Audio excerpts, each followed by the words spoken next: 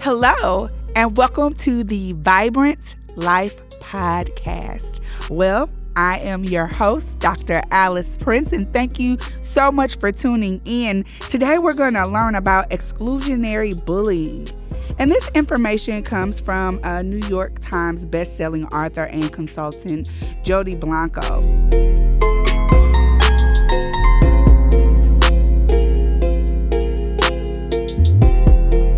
This time of year can be tough and lonely on students.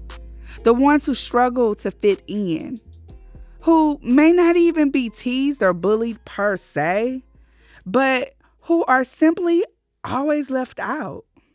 Can you think of that child in your class?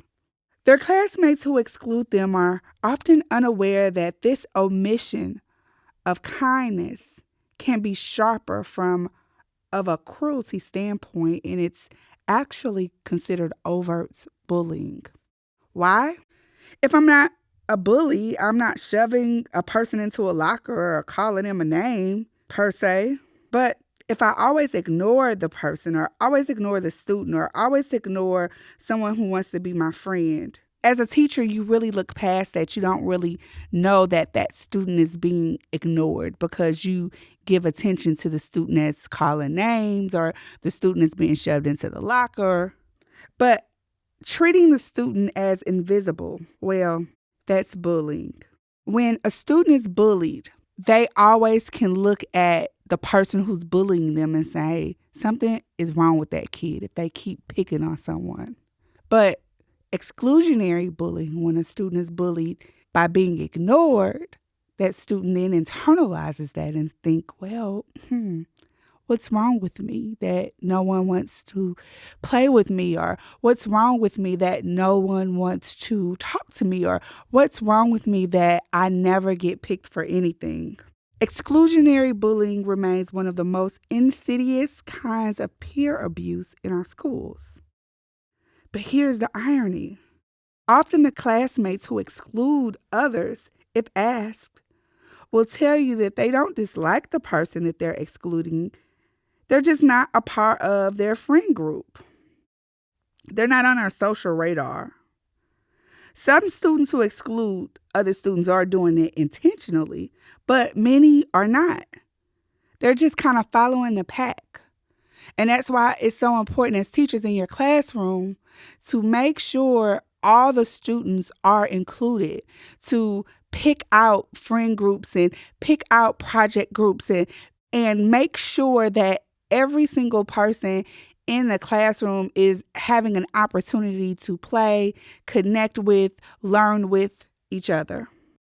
So how do you identify which students are excluding and which students are not being excluded? As a teacher, you have to pay very close attention to it. Look at what happens on the playground. Look at who runs by who when you're lining up. Look at who sits by who in the lunchroom at art.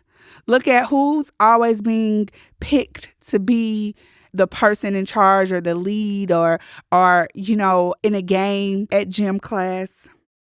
The next question I ask myself as I was working through this topic is, how do you help both types of students become kinder, more compassionate, deeper, and most rooted in core values of acceptance, tolerance, love, and respect? How do you help all the students?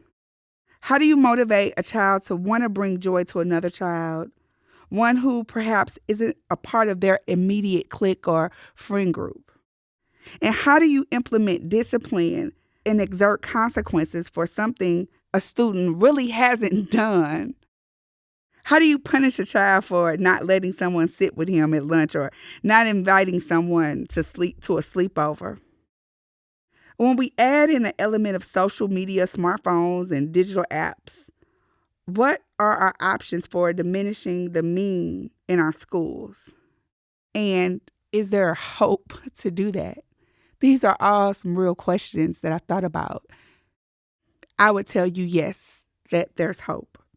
That hope lives within all of our hearts. And it's up to us as educators in the Catholic school system to have the tools to successfully harness that hope and put that hope into action So the first thing as classroom teachers, the first thing that you can do is to make your students aware of exclusionary bullying. Talk to them about exclusionary bullying. You don't necessarily have to hit someone or push someone or call somebody a name to be a bully. But ignoring someone, well, that could be considered bullying. So help your students get involved to mitigate the exclusionary bullying.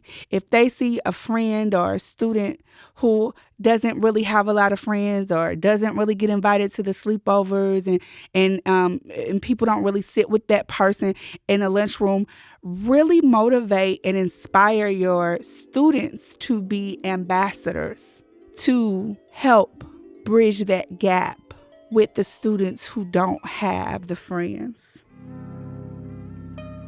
Well, exclusionary bullying, that's something that we all need to think about. And that concludes today's podcast. If you have any questions, concerns, any show ideas, please contact me at aprince at federationofcatholicschools.com. That's aprince at federationofcatholicschools.com.